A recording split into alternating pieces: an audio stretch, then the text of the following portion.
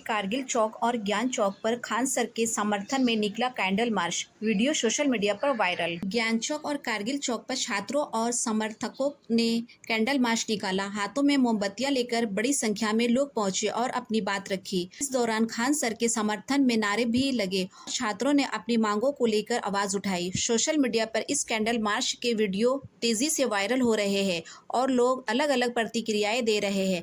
आपका इस पूरे मामले पर क्या कहना है? कमेंट में अपनी राय जरूर बताएं।